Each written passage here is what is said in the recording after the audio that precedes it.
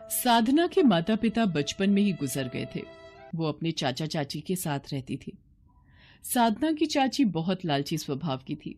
वो साधना को एक आंख पसंद नहीं करती थी। एक दिन साधना अपनी चाची के साथ बाजार से निकल रही थी। तभी वहां के बदमाश जग्गा ने उनका रास्ता रोक लिया और साधना पर बुरी नजर डालने लगा। ओए होए, क्या अदा है? जरा हम पर भी मेहरबान हो जाओ साधना रानी।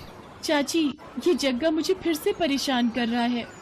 जग्गा दादा, बच्ची है, थोड़ा प्यार से बात किया करो। घर आओ, चाय पानी पियो, फिर आराम से बात करेंगे। अभी हम चलते हैं। चाची, आप उस गुंडे से इतने प्यार से बात क्यों कर रही थी? प्यार से बात ना करती तो क्या लड़ाई करती? अरे वो शहर का गुंडा है, उससे पंगा लेने का मतलब है अपनी मौत को दावत देना। और तू भी ध्यान से सुन ले, घर जाकर ये बात अपने चाचा को बिल्कुल भी मत बताना। अरे भाई, गुंडों से बना कर रखनी पड़ती है, शहर में अपना रौब रहता है। साधना की चाची के मन में न जाने क्या चल रहा था। वो जग्गा दादा से बिल्कुल भी पंगा नहीं लेती थी, बल्कि उसे और बढ़ावा देती थी। साधना के चाचा को कुछ दिनों के लिए काम से बाहर जाना पड़ा। मौका देखकर साधना की चाची ने जग्गा को घर आने का न्योता दे दिया। अरे आओ जग्गा दादा, आओ, देखो आज साधना ने अपने हाथों से पूरी पकवान बनाए हैं। चाची ने इस गुंडे को घर बुला लिया। अगर चाचा घर पर होते तो वो कभी भी इस गुंडे को घर में ना घुसने देते। अरे भाई, जिसने बनाया है उसे बुला तो लो, हैं? अपने हाथों से ही मुझे खिला देगी। जग्गा दादा, मजाक करने में भी आप नंबर 1 हो। मैं साधना को अभी बुलाती हूँ। साधना की चाची जबरदस्ती साधना को जग्गा के सामने खड़ा करती है और साधना मन मार कर जग्गा को खाना परोसती है। जग्गा खाना खाकर चला जाता है। साधना अपने कमरे में जाकर फूट फूट कर रोने लगती है। साधना के चाचा को गए 2 दिन बीत गए थे। एक दिन साधना देखती है उसकी चाची ने जग्गा को घर पर बुलाया है और वो जग्गा से कुछ बात कर रही है। जग्गा दादा, चिंता मत करो, साधना के चाचा भी 2 दिन बाद आएंगे। तुम कल ही साधना को उठाकर ले जाओ और याद रहे, ये नोटों की गड्डी देना मत भूलना। उसके बाद तुम साधना का जो मर्जी करो, उसे प्यार करो या उसे बेचो, मुझे तो बस पूरे पैसे चाहिए। ठीक है, मैं कल अपने आदमियों के साथ आऊंगा और इसको पकड़कर यहाँ से दूर ले जाऊंगा।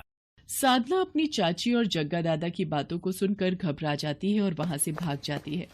साधना के पास थोड़े बहुत पैसे थे जिनसे वो टिकट लेकर एक बस में बैठ जाती है। वो बस शिमला की थी। साधना शिमला पहुंच जाती है। साधना के पास पैसे खत्म हो गए थे। वो इधर उधर भटक रही थी। शिमला जैसे हिल स्टेशन पर साधना बिल्कुल अकेली थी। साधना एक पहाड़ी के रास्ते सड़क पर चल रही थी।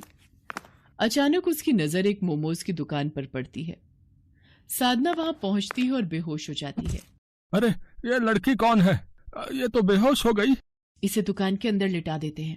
बुजुर्ग व्यक्ति और उसकी पत्नी साधना को दुकान के अंदर ही लिटा देते हैं।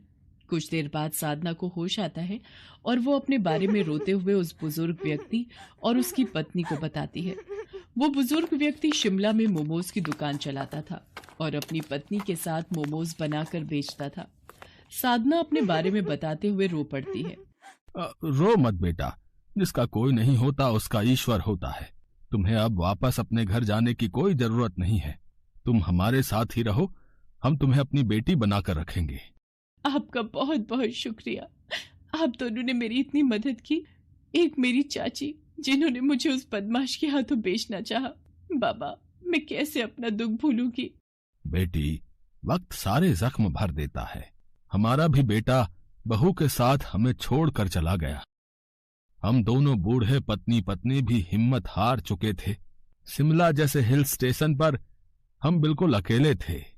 फिर हम दोनों ने ये मोमोज बनाकर बेचने का काम शुरू किया।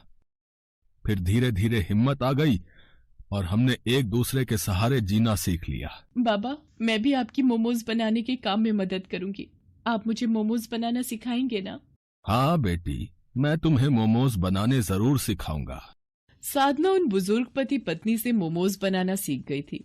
अब वो भी उन्हीं की तरह अच्छे मोमोज बना लेती थी और वो उनकी सहायता भी करती थी। धीरे धीरे वक्त बीतता है। साधना को उन पति पत्नी के पास रहते हुए 1 साल बीत जाता है। साधना ने मोमोज की दुकान पूरी तरह से संभाल ली थी। अब तो उन बुजुर्ग पति पत्नी को भी दुकान की कोई चिंता नहीं रहती थी। साधना ने अपना पिछला सारा दुख भुलाकर अब अपने नए जीवन पर ध्यान देना शुरू कर दिया था। एक दिन साधना मोमोज की दुकान पर ग्राहकों को मोमोज की प्लेट बनाकर दे रही थी। अचानक उसने अखबार में एक इश्तेहार देखा जिसमें उसके चाचा ने साधना की फोटो लगा रखी थी और लिखा था कि साधना, तुम जहां कहीं भी हो मेरे पास वापस लौट आओ, मेरी तबीयत ठीक नहीं है। बाबा, मेरे चाचा की तबीयत बहुत खराब है, वो मुझे बहुत याद कर रहे हैं, मैं अपने चाचा से मिलना चाहती हूँ। बेटी, मैं तुम्हें रोकूंगा नहीं, तुम चाहो तो अपने चाचा से मिलकर वापस आ सकती हो। साधना अपने घर वापस लौटती है, पर घर के बाहर भीड़ लगी हुई देख साधना को पता चलता है कि उसके चाचा अब इस दुनिया में नहीं है। साधना की चाची साधना से लिपटकर बहुत रोती है और उससे अपने किए की माफी मांगती है। साधना, मुझे माफ कर दे, आज तेरे चाचा मेरे कारण इस दुनिया से गए हैं। तेरे चाचा को पता चल गया था कि मैं तुझे जग्गा दादा के हाथों बेचना चाहती थी।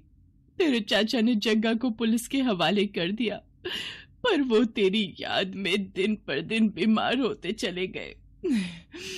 आज तेरे चाचा मेरे कारण इस दुनिया को छोड़कर गए हैं। मैं ही लालची थी जो पाप करने चली थी। अपने चाचा के गुजर जाने के बाद साधना अपनी चाची को अपने साथ शिमला ले जाती है और फिर से मोमोज बेचने का काम शुरू कर देती है। साधना की चाची उसे ये सब करते देख अपने किए बुरे कर्मों पर रो पड़ती है।